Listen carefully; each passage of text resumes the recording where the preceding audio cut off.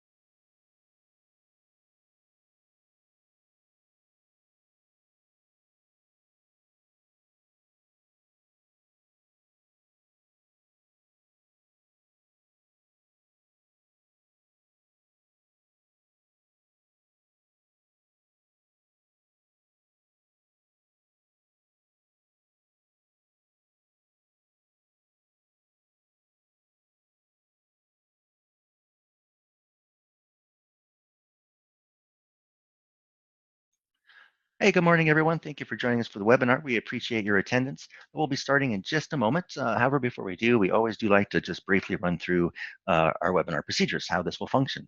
And as always, webinars are audio one way only from us to you, so no need to worry about having a microphone on your end. You can still communicate with us throughout the course of this webinar and are encouraged to do so. We ask that you utilize the Q&A feature, which you'll find located the Q&A icon, either the top middle, top bottom, or maybe bottom left of your screen. In any case, I want to bring your attention to that Q&A feature and have you provide a quick confirmation that our signal is reaching out to everybody and it sounds good and looks good. I just want to have you type a Y or a yes or good morning, whatever you want, into that Q&A box. And that just gives us a quick confirmation things are functioning properly. While we wait on a few of those, you should also be viewing the first page of the PowerPoint presentation to be used today. Should you experience any technical problems with anything on the webinar, again, utilize that Q&A box to let us know. We'll be monitoring that and attempt to take care of anything that may arise. Looks like we're good to go, and I really appreciate the feedback. That helps. So I'm going to step aside, and we will begin the webinar. Thank you for joining us for the April GATE Equity webinar, where we explore topics related to equity and graduation success. This webinar will be recorded and it's posted with captions. Right now, our PowerPoint is posted on OSPI's GATE Equity webinar page in the archive section under today's date if you want to follow along. Our past webinar videos are also now available, so check those out with the really cool spiffy captions brought to you by Laura Moore. I'm Kathy Anderson, OSPI Graduation Equity Program Supervisor. Today's topic is Tools for Schools, OSPI Support for Continuous Improvement. We originally had planned to focus in on dual credit, but with the new Washington School Improvement Framework, the WSIF, we wanted to make sure that you had access to some really great tools for attendance, coursework, and for dual credit.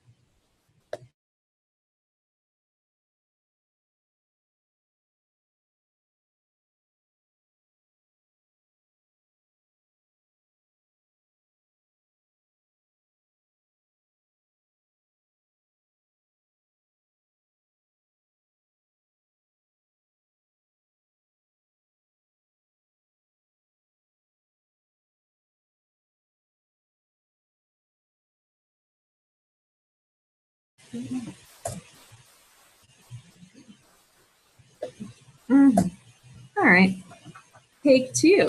Haha. It just muted. Oh, okay. Sorry about that, everybody. We'll try again. I'm joined today by Morgan Sampson, Achievement Data Analyst, Dixie Grunenfelder, Director of K-12 System Supports, Chrissy Johnson, Attendance Program Supervisor, and Kim Reichel, Dual Credit and College Ready Math Initiative Program Supervisor. Thanks all for being here to share your tools. Superintendent Reichel's K-12 vision has 3 phases, each lasting 2 years, from small improvements to full redesign of the K-12 education system. And OSPI's values are guiding our work, including ensuring equity, collaboration, and service, achieving excellence through continuous improvement, and focusing on the child. Our values have led us to create a new redesigned report card, which will combine the best features of the equity analytics, which are still posted right now, so you can see the old years that are up still, with report card and accountability data. Our new system is in transition, so when it's complete, it'll help you get the most meaningful displays of our high leverage measures. Our goals for today are to get you familiar with the new Washington School Improvement Framework, that's the WSIF data, to show you what K-12 Supports has to offer as you build a multi-tiered system of support, and to provide you with tools for high leverage early warning indicators and school quality and student success measures. That's attendance, 9th graders on track, and dual credit.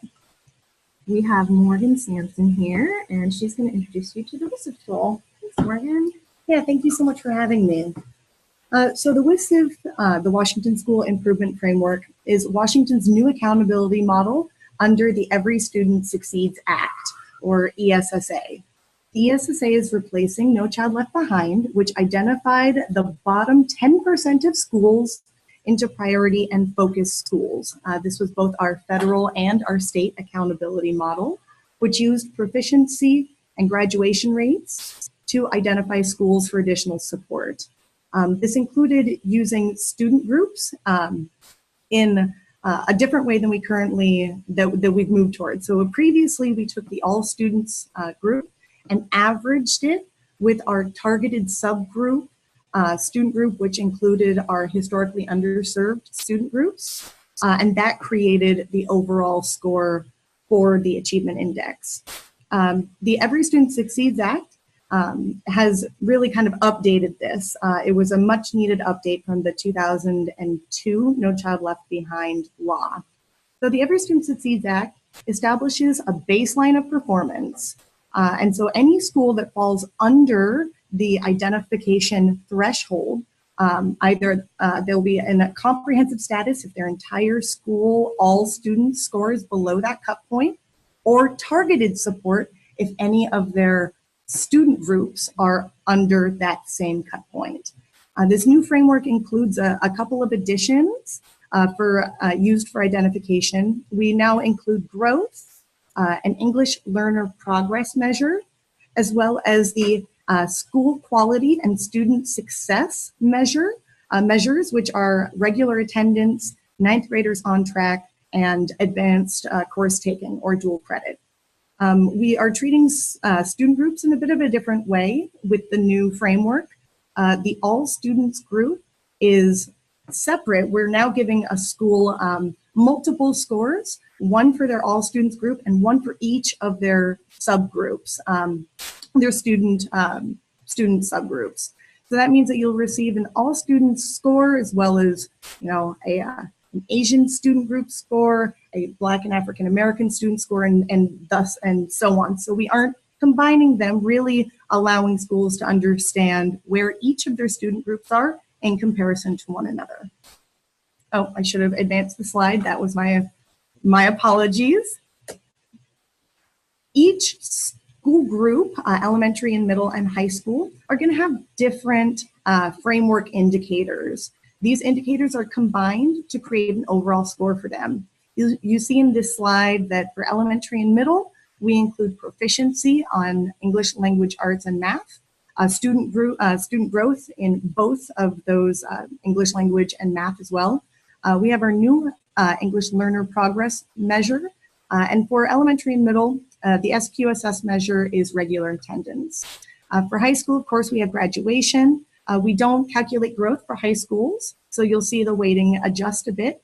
And the SQSS measures for high school include regular attendance, ninth graders on track, and advanced course taking or dual credit. The ESSA required several changes to accountability systems, including adding an annual meaningfully differentiation of schools, which specifies that some measures must be included at a greater weight and gives flexibility to other measures. Using the ESSA overall framework score, which is what we're calling it now, the lowest performing 5% of schools in the state are identified for comprehensive support based on their all students group. Again, that creates a uniform threshold, and we identify additional targeted schools using that same threshold. Any student group that is under that threshold will be identified for targeted support. Through 18 months of stakeholder input, we designed the framework to create a clearer, more actionable system for schools and districts to understand their progress and where they currently are in comparison to schools across the state. Each measure is mapped to each measure is derived from a percentage, which is mapped to a 1 to 10 score.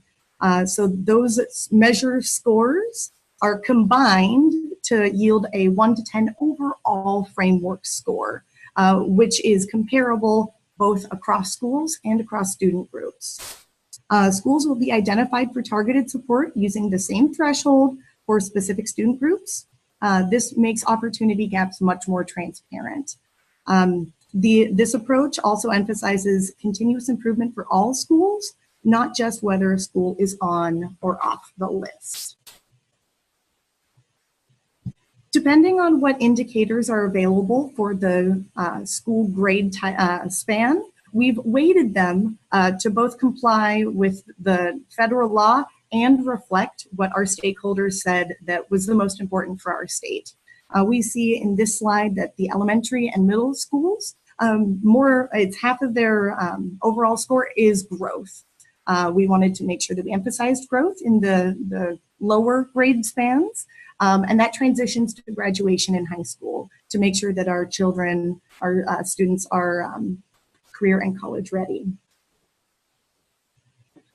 We've created a new tool for schools and stakeholders to look at the performance of their district and schools. You will find this at the bottom of the report card page. We have a new section that will take you to our new WSIF data visualization.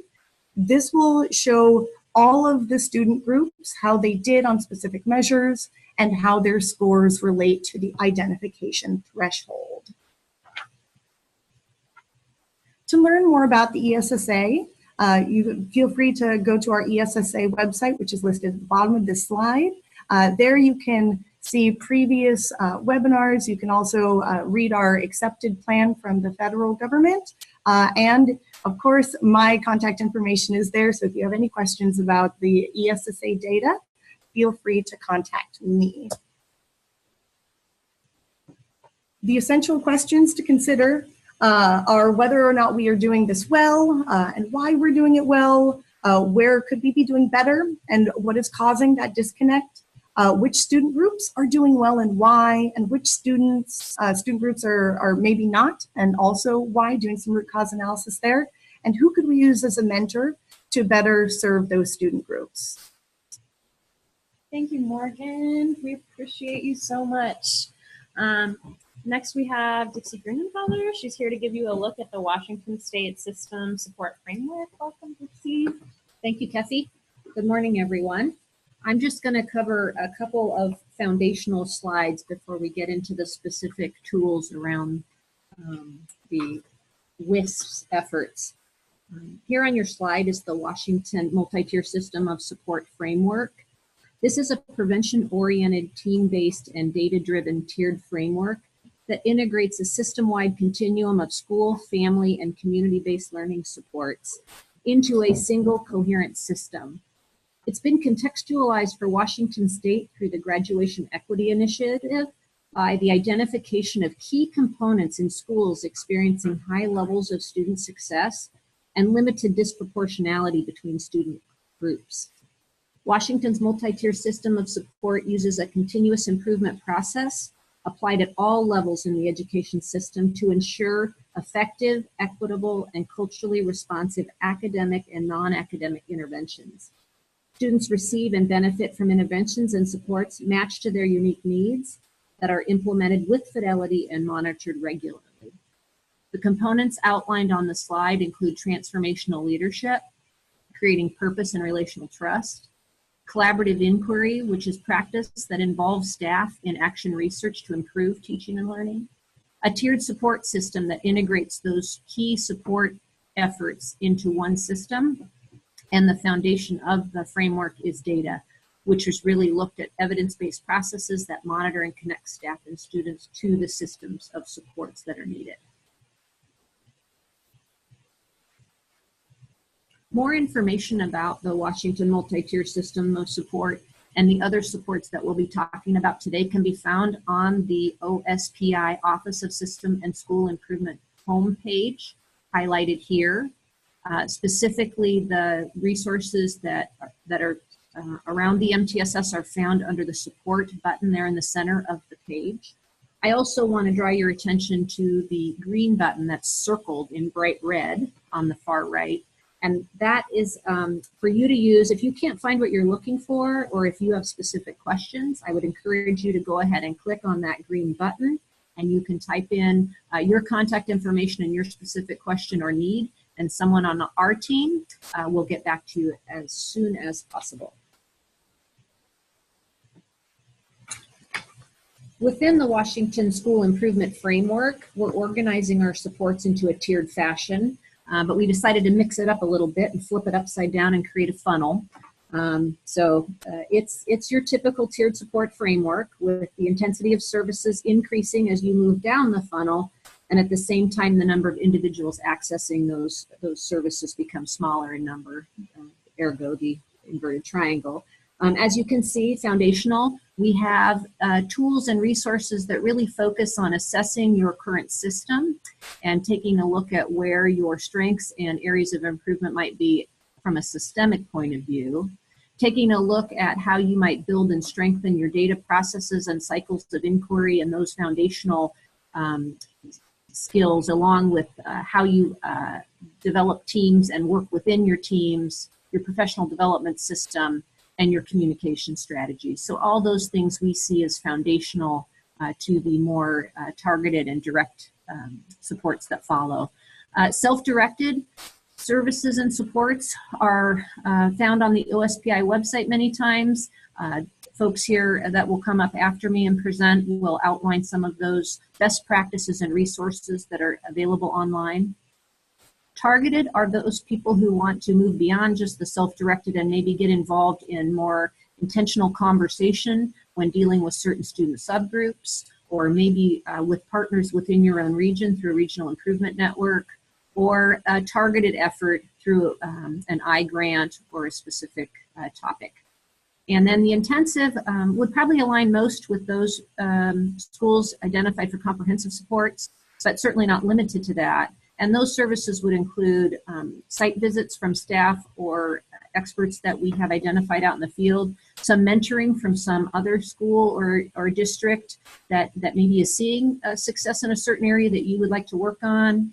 We're toying with the idea of office hours, and we'll be rolling those out soon. And that would just give an opportunity if you have a complex issue that isn't easily solved by clicking on a website, but you need to really talk it through with people from multiple sections within OSPI or from various perspectives. This forum will give you an opportunity to do that. And then always our one-on-one technical assistance that's available at any time you call the staff on the OSPI Office of System and School Improvement team. And again, there's our link to our website and calling out that green Get Personalized Support button for your support. Thank you, Dixie. We're going to take a moment to look at questions and to get your thoughts on what kind of supports do you need from OSPI that you don't have right now? And what supports or system improvement are you planning to implement in the next year in your school? So if you can take a moment and just write those into the chat, that would be cool. And we're going to take a look at questions.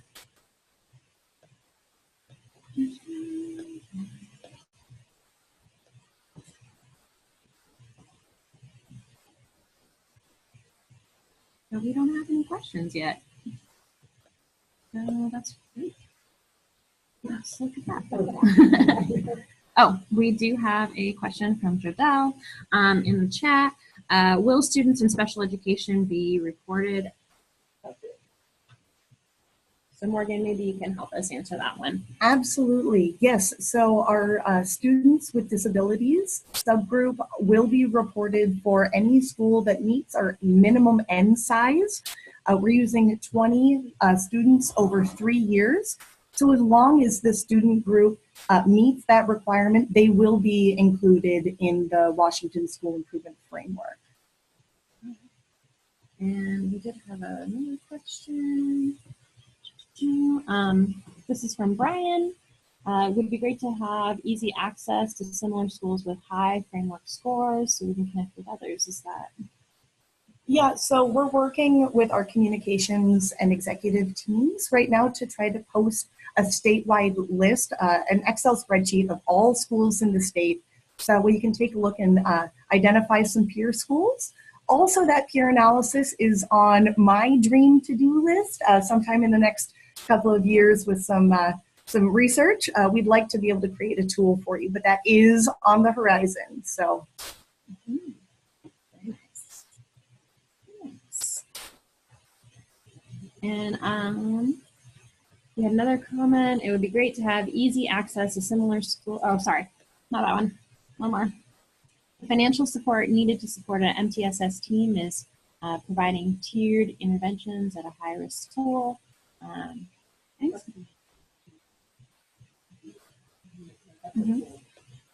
Oh, wrong answers. Gotcha. Thank you for sharing. All right. Data for potential first round.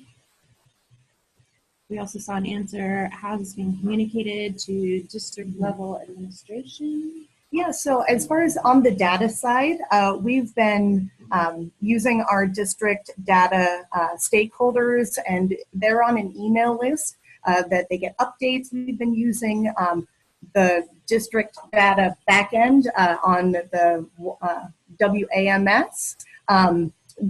They've been integral in reviewing our data and then working with them to better explain what indicators they're looking at. So yeah, we have been in contact. This is Dixie, and I'll also add, we've been out meeting with, in each of the ESDs with superintendents and district administrators around not just the data, but the supports at kind of a high level with a commitment to come back around on an ongoing basis to just update where we're at and share what we're learning and provide more information about the supports as they're being developed. So you'll see us out and about through the ESDs, also doing webinars like this and sending out drug delivery messages, trying to get on any agendas we can and doing workshops. I'm looking at everybody else. We're trying to be out talking about this as much as we can. Thank you, everybody, for your thoughts. Next, we're going to talk about attendance with Chrissy. Chrissy Johnson. Thank you, Kathy. As Kathy mentioned, I have the great opportunity here at OSPI to support schools around attendance, which includes chronic absenteeism and truancy, in addition to my teammates here. But today I'd like to focus on just a few tools that will support your communication with your families and community and build awareness. But first, I'd like to briefly frame our purpose for focusing on attendance. So it goes without saying that children are more likely to learn if they're in school, but research shows that this is clearly so. Because of this, attendance is one of the primary signals or early warning indicators that can flag that a student needs attention or additional support.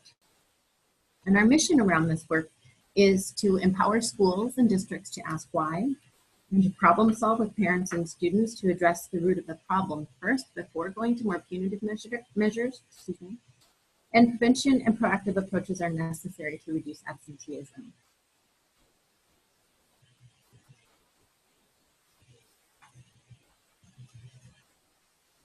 So given that chronic absence is a fairly new concept in our state, I want to take a moment to clarify definitions.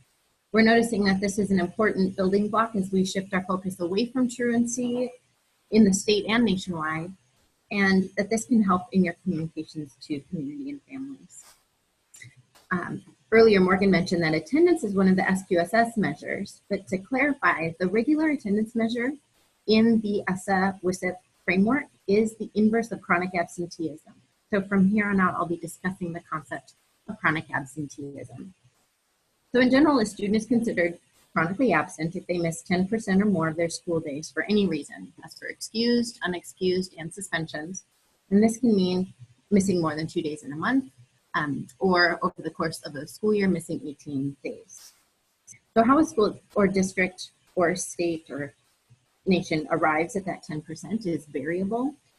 We here in Washington have a more nuanced calculation for the WSIF framework, and we also have some qualifications around suspensions due to the legal requirement in Washington to provide educational services. These details will be included in the new absence and discipline rules and subsequent guidance. So what chronic absenteeism is not, it is different than daily average attendance. Daily average attendance is looking at the number of students that show up to school each day. I've linked to a research article below that actually shows that schools with daily average attendance as high as 97% can also have a high rate of chronic absenteeism. So it's important to be familiar with the different measures and to know your data. And then lastly, truancy, Truancy is only looking at unexcused absences. So in our state, a student is truant if they miss 5 or more full days within a month, or 10 or more full days in a year. Again, all unexcused.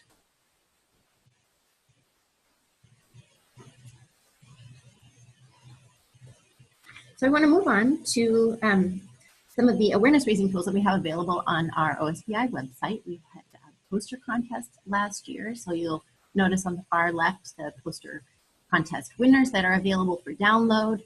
We have great partnerships with DSHS, the Sounders, and the Seahawks, and have a number of tools through those partnerships, including robocalls, wake-up calls, rack cards, and a number of posters that are available for download and that are translated. We have a number of posters still from our last September Awareness Month that are available hard copy that you can still order from our OSPI website.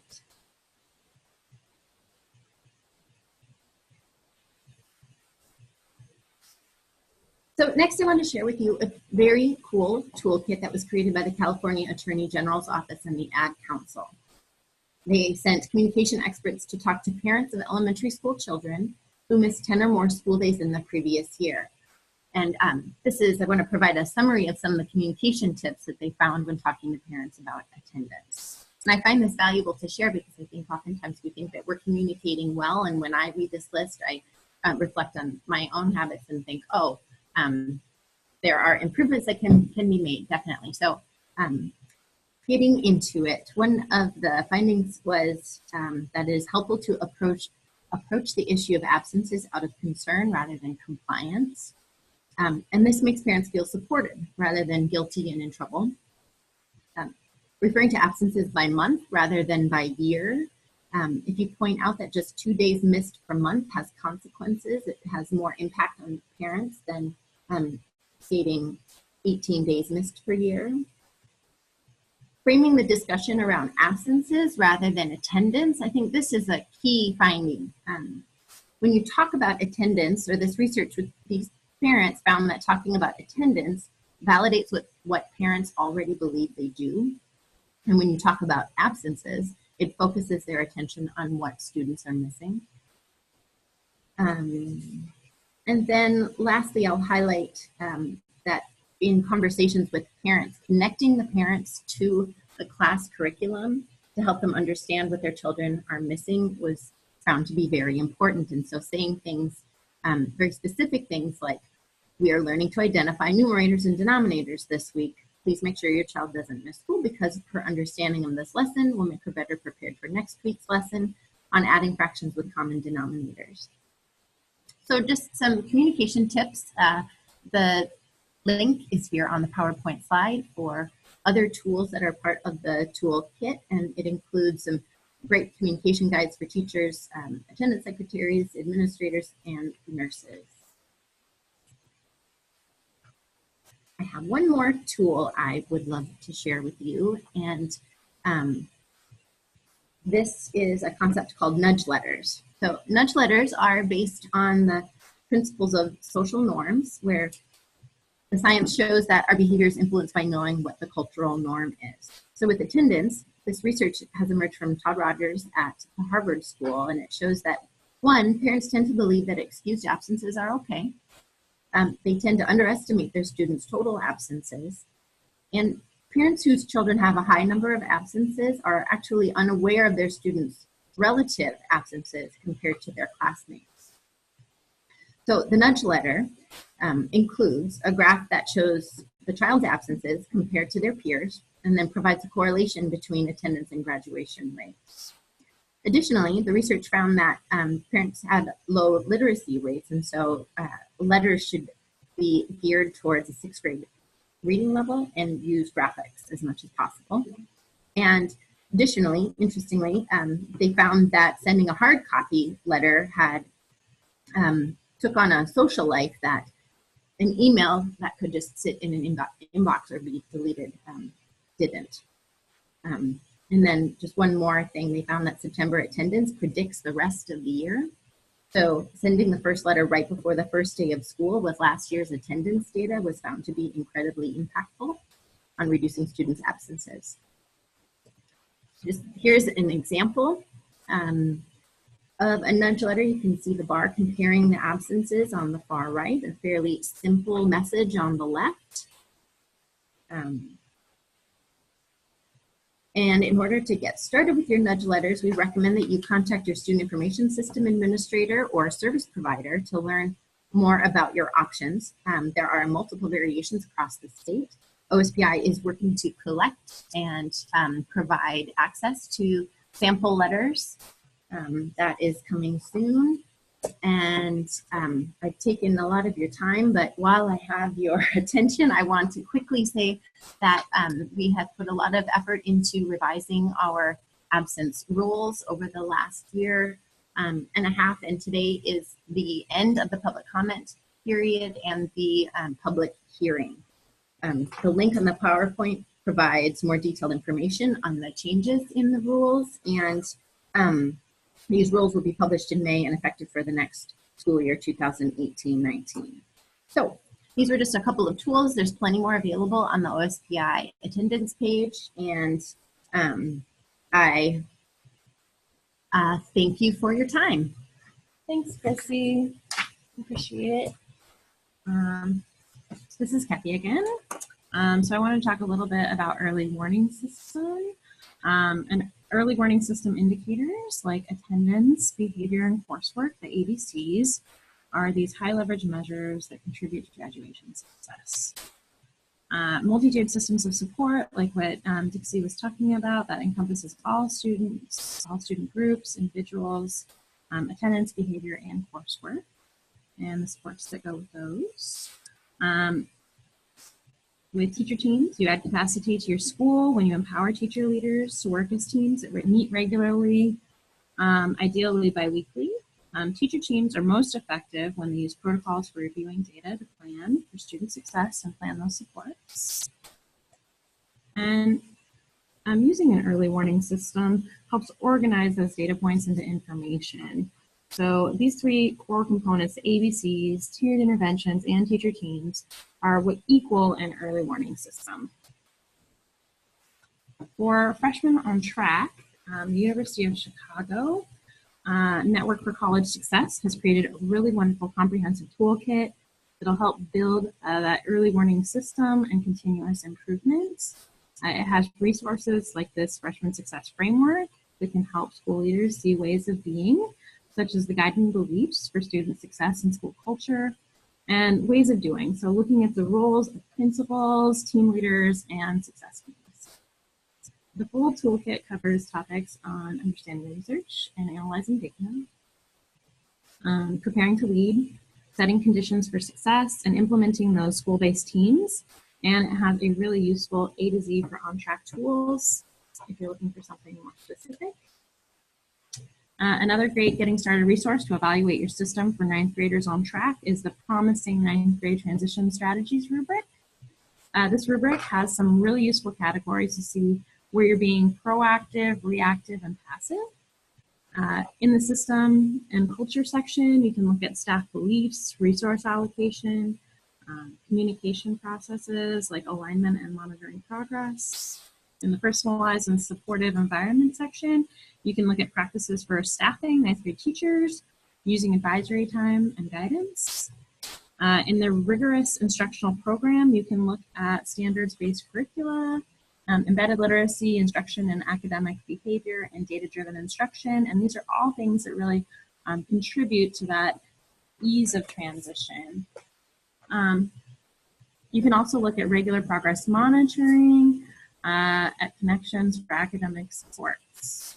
Targeted supports for those high need students, including things like intervention specialists and using staff to link students to community-based resources. A district can support this work with timely matriculation data. So thinking about using ninth grade on track as an accountability measure in school improvement plans is helpful, and supporting a summer bridge program for the students who need it. I specifically want to talk a little bit about 8th grade transition because it's that time of year when those 8th graders are starting to get on the radar for people. So doing advanced planning really helps with that transition. So now is a great time to collect and share data on the rising ninth graders. School leadership guidance and key ninth grade team members can review that data on all incoming students and plan coursework that fits. It's important that timely student data is shared with teachers about the students that they'll teach before the start of the year and be given that professional development on how to use the data to inform their instruction. Middle schools are required to get students ready for high school with a high school and beyond plan now. So that is a new law that has gone into effect. So it's important that those move up with those middle schoolers also. And you can ease the transition with spring and summer orientation for students and parents that introduces them to the behavioral and academic expectations of high school. For the parents, it's great to provide them with information on how to check student grades and attendance online if that is available. And you can make it an event where kids watch a movie with childcare and dinner provided to get families there. Over the summer, you can offer activities to help students get to know one another and the teachers that will be teaching them in ninth grade also. That's helpful to build those relationships. And making summer bridge programs available to those students to provide that academic and social support so that they can hit the ground running. That helps them build relationships for when school starts. This is an ideal time to get students engaged in school's activities, like signing up for sports or clubs and helping students connect what they're doing at school with where they want to go in life. Taking students on college visits is a great option, and not just university options, but also look at the trades. There's a lot of great stuff out there. And make sure that you include those students at high risk of ninth grade course failure so that they get an edge on starting in the year.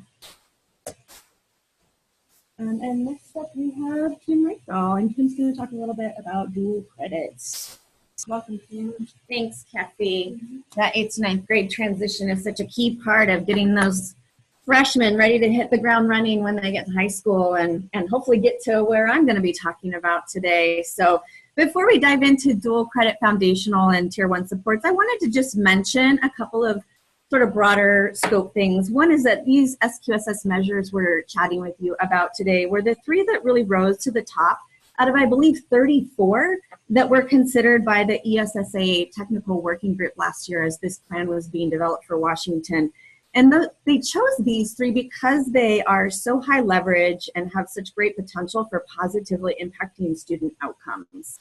The other thing I wanted to mention in reference to what's on your screen, you'll notice that we have begun a process of revising the OSPI website, and we are graduating up to using icons through our web pages and organizing our SQSS measure material in similar fashion. And you'll notice that we start off with sort of the questions about what is dual credit, why dual credit.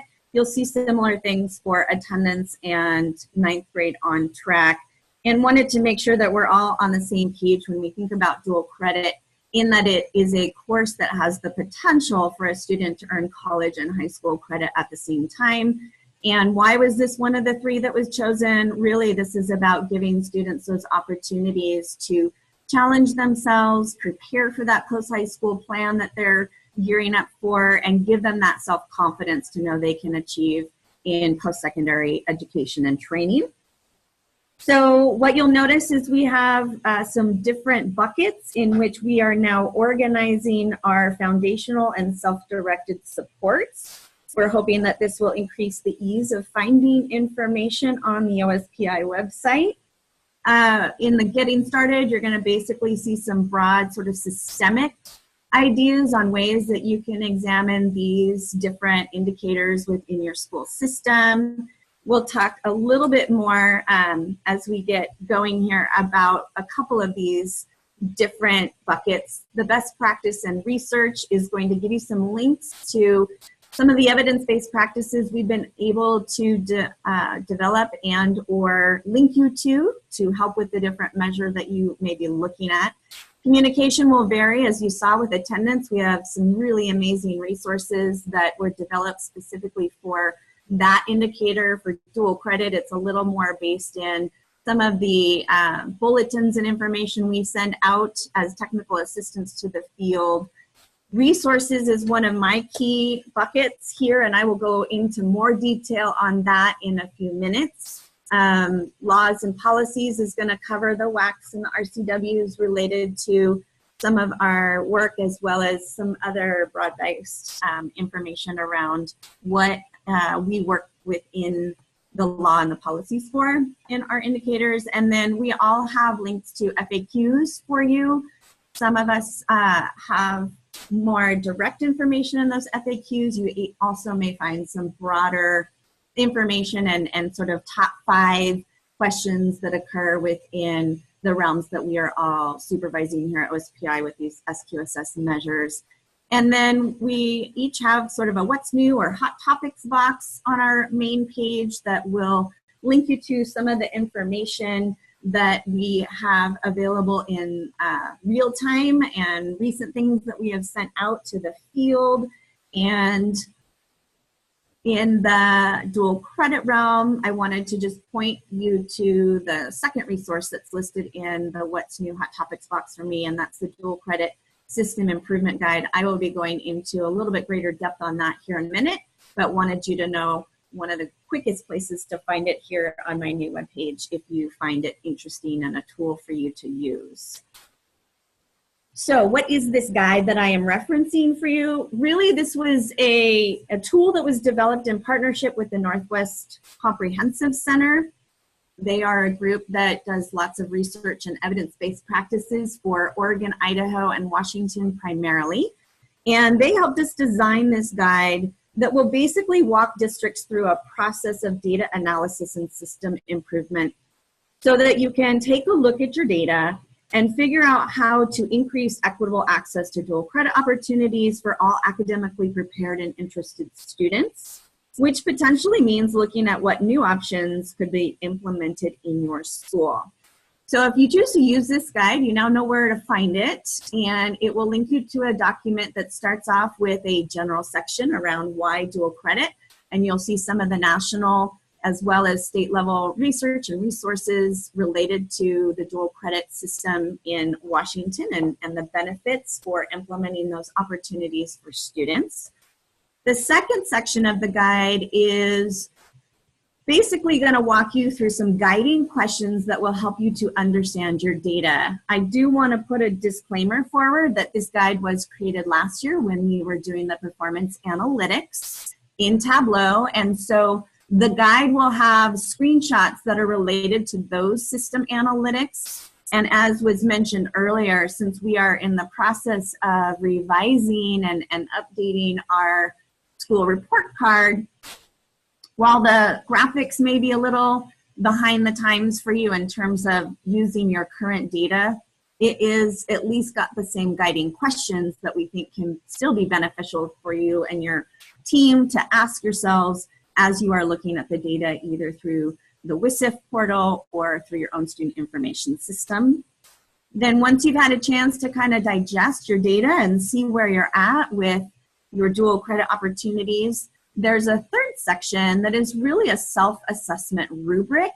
It's going to give you a chance to take some broad topic areas and self-assess where you're at with providing that equitable access to dual credit and really increasing your capacity to meet student need.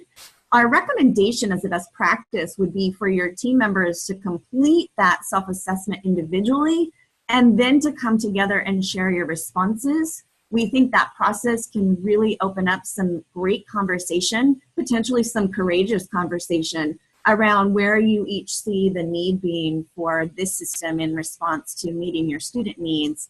And then that can be the foundation and the basis for developing some shared vision and goals as you move forward.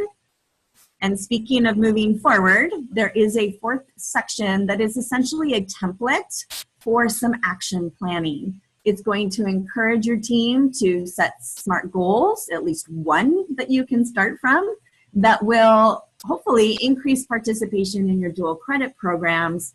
And, you know, in particular, you can look at, are there specific student groups that we're missing? Is there a particular program that we don't yet offer that we've got a lot of students interested in, and maybe we need to figure out a faculty member who'd be willing to dive into something new and different? and it will give you a chance to really set some timely goals with some folks who might be the leaders in that process, and then have a accountability system for your movement in that right direction. So as I mentioned to you earlier, I wanted to take you back a little bit to my resources link on the dual credit webpage. This is the one of my 6 links where you will find the most program-specific resources for each of the 6 different main buckets of dual credit programming that we offer in Washington State. And after you have actually gone through your system analysis and possibly, hopefully, done that in conjunction with either a student needs assessment or some schedule forecasting possibly that you have done, especially I know that's on your mind this time of year, then this can be a really great place to dive in and take a look at what are the resources we have available to help you then choose how to get started on a new course or a new program. So you'll notice for all 6 of our programming pieces here, I've got some specific links to documents and or websites that can help you decide how to get started with a particular dual credit course or program. The resources range a little bit in their variety of what you will access. Some of it's going to be things to consider on a systemic level. Some of them might be more about a step of processes that you need to engage in order to actually offer that particular dual credit course. You might, as in the case of CTE dual credit, come across specifically a list of colleges that still offer that option. It's our formerly tech prep, which may be a term that's more familiar to you. We've been asked by the two-year college system to rebrand this as CTE dual credit. But there are specific colleges that offer those opportunities for your students. And so this resource will let you know who's still working in that realm. With the International Baccalaureate in Cambridge, we're taking you directly to those websites and with advanced placement as well, so that you can see what their processes are for either becoming a partner school or developing a course. And then, of course, with Running Start, what I've linked here for you are some resources and some considerations, not only for students who are possibly contemplating Running Start, but also the families. And how can we engage those families in helping those students decide what is their relationship with Running Start as an option and whether or not that's a good fit for them. So these are all really great opportunities for your school. Once you've decided, yes, we want to increase our capacity, we think we know what we want to start, here's your one-stop shop for figuring out what you need to do next to get that new program up and running. And then I wanted to kind of directly address a myth and a misperception that comes our way a lot about dual credit and which program is better than the other. And please know that better is in air quotes. Really, the quote-unquote best dual credit option truly depends on your students' interests, their skills, what they want to accomplish, and what they want to do when they leave your high school. And so our interest in communicating with the field is trying to ensure that when we're working with students, we're really helping them figure out what is their best fit. And it should be related to their high school and beyond plan and what it is that they want to accomplish with engaging in this program. And hopefully they can articulate that clearly for you so you can help guide them in the right direction. And the statements at the top of this slide, the 2 bullets that you see there, come directly from our partners in higher education. They are continuously trying to share out with school counselors and other K-12 staff that our public 2- and 4-year colleges do not prefer one dual credit program over another. And so I want to make that really clear for you all. I've tried to bold it and increase the font size so you can see that really clearly. We're really trying to ensure that families and students and school staff know that, at least for our public institutions here in Washington State, the dual credit programs all look great. And while we can't speak for out of Washington, that is certainly the case here. And our higher ed partners would love for you to keep communicating that to your students and families. On that note, though, I will say that it is always ideal when it comes to thinking about what is the best dual credit program for me and my goals, to think about how is that going to transfer into another post-high school institution. And what I've linked for you here are the web pages that our 6 public baccalaureates maintain for their dual credit information, and specifically how they transfer in the different dual credit programs that students have access to. It is always best practice for students to go directly to the college to which they think they may want to get to eventually, and find out what it is that they have for policies and procedures around dual credit. And I want to just keep in mind that many of our colleges use a little bit different terminology. Their mantra or their terminology isn't so much dual credit as it is transfer credit often. And so if you go in and you go in their search box and hit dual credit, you may come up with a page not found or some other error. So try transfer credit instead and see if that gets you where you're going, or use these direct links that I've provided for you. And then last but not least, when we're talking about foundational and tier 1 supports, I wanted to bring your attention to some financial options for dual credit sustainability and improvement. These have only been in place since about 2014, when the legislature began providing the about $800,000 annually for academic acceleration incentive program, competitive grants, and formula-driven funds. The information that's on your screen right now is about the formula-driven funds, and these incentive awards are allocated to districts each year based on a formula that is rooted in your previous year's dual credit enrollment. So it's kind of chicken and egg. The more you have, the more you get. So increasing your dual credit opportunities also increases your incentive award funds that will come back to you in the next year. The legislative intent for these funds is to increase equitable access to dual credit, with a preference for sustainable or capacity building uses for the money, such as what you see bolded on the slide, the teacher training, curriculum, technology. Those are preferred, although the legislature also does grant that exam fees, course fees for college courses, running start books and transportation, that one is new as of 2016. Those are all allowable uses for these funds as well. You can use the link that is here underneath the red text to access and find out how much your school should have received this past September for reinvestment in your dual credit programs. That money, I believe, comes directly to your district and then is supposed to go out to the schools to which generated those funds. So hopefully this will help you know what you have access to for this year, and then the next year's awards will be allocated, hopefully again, as early as September for the 2018-19 school year. And that will, of course, be based on your dual credit enrollment for the previous year. It's a lag, as you can see on the slide, of a year.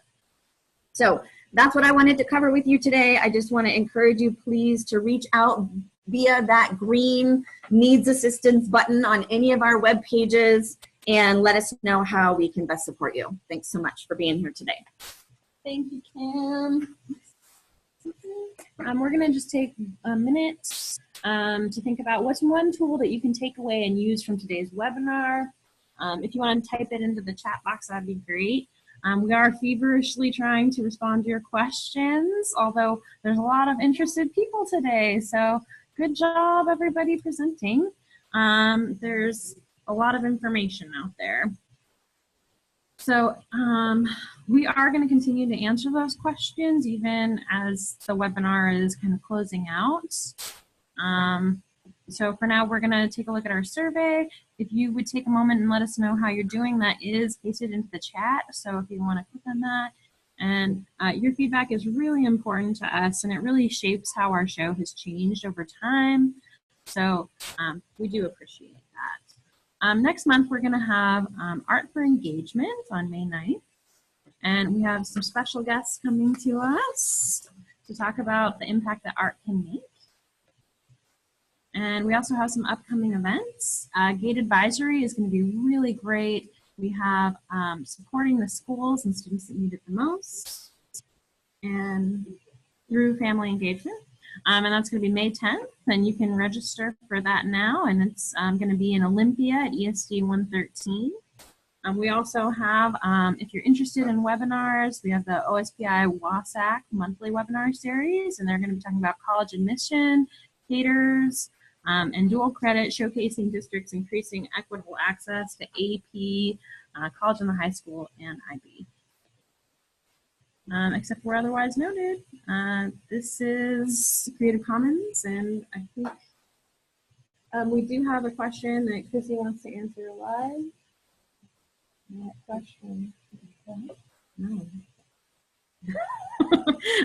Thank you for joining us. We're going to answer questions behind the scenes.